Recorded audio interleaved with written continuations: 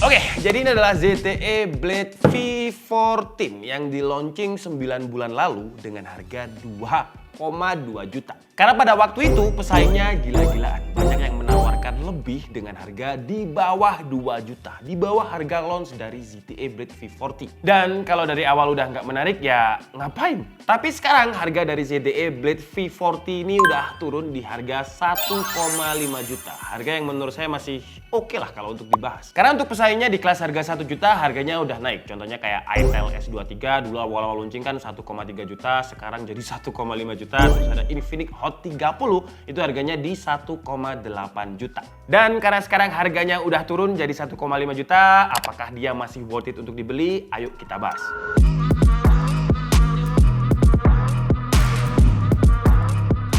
Secara momentum, ZTE menurut saya udah blunder di awal dengan kasih harga di atas 2 juta. Padahal momentum tersebut seharusnya bisa dimanfaatkan dengan lebih baik. Karena pada waktu itu ZTE baru masuk lagi resmi ke Indonesia dengan membawa 3 smartphone.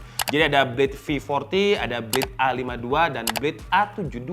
Ketiganya adalah smartphone entry level. Harusnya ketika awal launching mereka itu bikin yang murah banget lah. Contohnya kayak si iQ di mana dia awal launching langsung kasih harga yang paling murah, langsung dapat spotlight. Ya hitung-hitung aja bakar duit lah biar orang tahu dulu ZTE ini. Pada waktu itu si Blade V40 ini dibanderol dengan harga 2,2 juta, kalau si A52 itu 1,7 juta, A72 ada di 1,8 juta. Dan sekarang harga ketiganya ini nyungsep.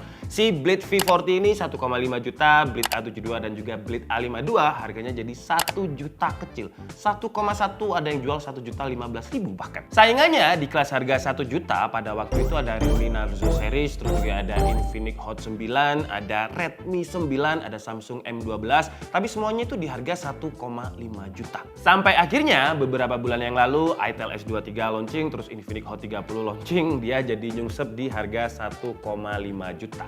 Sebenarnya kalau secara spesifikasi dia mirip banget sama ITEL S23. Chipsetnya pun sama, pakai fabrikasi 12 nanometer dari Uni SoC, yaitu T606. RAM-nya 4 GB, storage 128 GB. Layarnya juga sama, HD Plus dengan refresh rate 90 Hz. Bedanya di ITEL S23 itu supportnya 5 touch, kalau ZTE ini udah support 10 touch. Emang kalau kita ngomongin Transsion Holding ya Infinix, terus Tecno, terus si ITEL, itu biasanya di kelas 3 juta ke bawah mereka masih supportnya itu 5 touch. Kalau nggak sering main game PUBG dengan banyak jari atau main game real drum yang butuh jari yang input berbarengan sih ya nggak masalah. Layarnya ini sama-sama 90 Hz, tapi yang saya rasain sih kayak kerasa smooth ZTE V40, animasinya juga kerasa lebih mulus. Terus si ZTE Blade V40 ini juga lebih unggul di kapasitas baterai dengan 5130 mAh, ITEL 5000 mAh. Fast chargingnya juga 2 kali lipat. Kalau ITEL itu 10 watt, ini 22,5 watt. 0 ke 100% si ITEL itu 2 jam 15 menit, kalau ZTE ini 1 jam 10 menit. Ya sekitar 2 kali lebih kenceng lah. Tapi karena ZTE lebih gede baterainya, dimensinya juga lebih gede ketimbang ITEL. Lebih berat dan lebih tebal di bawahnya. Kurang nyaman.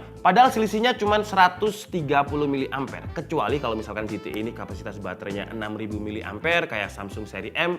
Oke sih, toh hasil daya tahan baterainya juga mirip-mirip. YouTube setengah jam berkurang 3%, TikTok setengah jam berkurang 4%, lokal video playbacknya sih yang lebih awet ZTE. Kalau ITEL tahan 19 jam, ZTE tahan 19 jam 15 menit. Ya selisih 15 menit doang. Kalau masalah performa ya mirip-mirip karena memang chipsetnya mirip. Dengan Antutu itu skornya sekitar 240.000 lebih, Geekbench 5 single core-nya 300-an, multicore-nya ada di 1307. Untuk 3D Max skornya juga mirip, Slingshot di 1400, Slingshot Extreme-nya 900, dan ketika kita tes wide left stress testnya, berarti kita loop sebanyak 20 kali, dia juga lolos dengan stability-nya itu 96,8%. Performa gamingnya juga mirip. Untuk Mobile Legends settingan grafiknya kebuka high, refresh rate-nya juga bisa high. Ya mirip-mirip sama ITEL. Untuk PUBG M dia juga kebukanya smooth high, ya rata-rata 30 FPS lah. Mirip banget sama ITEL S23. Kalau kita gunakan untuk main game Genshin Impact, dia nggak kuat sih ya. Dengan rata-rata FPS-nya itu ada di bawah 30 FPS. Terus kalau untuk NFC, ZTE Blade V40 ini sama kayak ITEL, dia nggak ada NFC-nya. Kalau misalkan butuh NFC, bisa tambah 300.000 untuk beli Infinix Hot 30. Dia 1,8 juta, tapi ada NFC-nya. Kalau masalah desain, selera sih ya. Saya pribadi lebih seneng desainnya ITEL S23 karena lebih terlihat simple. Kalau ZTE ini kayak Realme yang jadul dulu, dengan aksen-aksen meteor abstraknya. Terus juga dengan 3 konfigurasi kamera yang tren di zamannya, sekarang sih jadi agak terlihat ketinggalan zaman. Tampak depan, screen to body ratio-nya juga masih tebal dengan 84 64% screen to body ratio, selfie kameranya pakai water drop yang ini kayak udah jadi signaturenya HP entry level di kelas harga 1 jutaan. Kualitas kameranya sendiri kalau dia harganya masih 2,2 juta nggak turun, wah menurut saya kurang banget. Tapi karena harganya udah turun jadi 1,5 juta, ya bukan yang baik tapi masih jatuh ke standar HP 1 jutaan lah. Oke, jadi inilah kualitas kamera belakang dari ZTE Blade V40. Kalau untuk langit sih masih kelihatan teksturnya karena dia memang nggak terlalu nge-flat gitu. Dan kalau kita gunakan untuk jalan kira-kira seperti ini kualitasnya. Masih agak ada gempanya, tapi kalau di layarnya ini jitter sih nggak terlalu kelihatan ya. Dan resolusinya cuma mentok di 1080p 30 fps. Sekarang kita coba kalau misalkan kita gunakan untuk naik. Nah, kira-kira seperti ini kalau misalkan ada guncangan.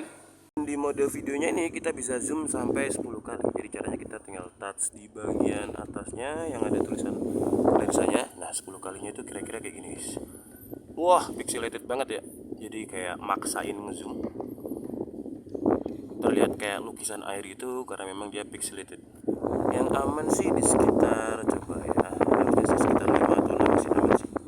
Jadi kalau misalkan kita zoom di 5 sih masih kelihatan tapi nggak terlalu parah kayak zoom 10 kali tadi. Ini kualitas kamera depannya ya. Kalau misalkan kurang cahaya kira-kira gini tuh kan. Sini udah lumayan sakit, tambah pucat gitu di layarnya si ZTE ini. Terus kalau misalkan kena cahaya kira-kira kayak gini kalau digunakan untuk jalan juga. Tapi dia POV-nya lumayan lebar sih. Nah, ini kalau kena cahaya, kalau misalkan nggak kena cahaya kayak gini kualitasnya. Ya standar banget sih ya kualitasnya. Kayak kelihatan pucat gitu. Kalau dibandingkan dengan itel ataupun Infinix Hot 30, saya pribadi lebih suka tone warnanya dari itel dan juga Infinix Hot 30. Kalau ini kayak lebih pucat aja. Terus kalau misalkan kita foto low light, itu image processingnya terlalu lama. Jadi ketika kita pencet untuk capture-nya, dia itu lama banget. Padahal hasilnya juga nggak bagus-bagus amat, tapi processingnya lumayan lama. Kesimpulannya, dengan harganya yang turun sekarang 1,5 juta, saya pribadi kok masih ngerasa kurang ya. Terutama di bagian kamera. Kameranya nih kualitasnya standar banget di harga 1,5 jutanya. Dan ketika kita mau jepret itu butuh processing yang ya lumayan lama. Sistem operasinya pun juga masih pakai Android 11. Udah saya update tapi tetap dapetnya Android 11. Sementara itel dan juga Infinix Hot 30 itu out of the box-nya udah Android 12. Kelebihannya sih di baterai yang lebih gede dan fast charge yang 2 kali lipat lebih gede dibanding itel. Terus layarnya juga lebih kerasa responsif, support 10 multi-touch gesture. Tapi untuk pilihan RAM cuma 4 GB, gak ada pilihan 8 GB kayak si itel. Jadi kesimpulannya kalau butuh layar yang lebih kerasa responsif, terus kapasitas baterai yang lebih gede dengan support fast charging yang lebih gede juga, ya si ZTE Blade V40 ini bisa menjadi referensi di kelas harga 1,5 jutaan. Tapi dengan beberapa kompromi, HP-nya ini kerasa berat banget, kerasa tebel juga. Tapi kalau nggak masalah dengan itu sih, ya masih oke lah. Saya Dika Setiabudi and see you on the next video. Bye-bye!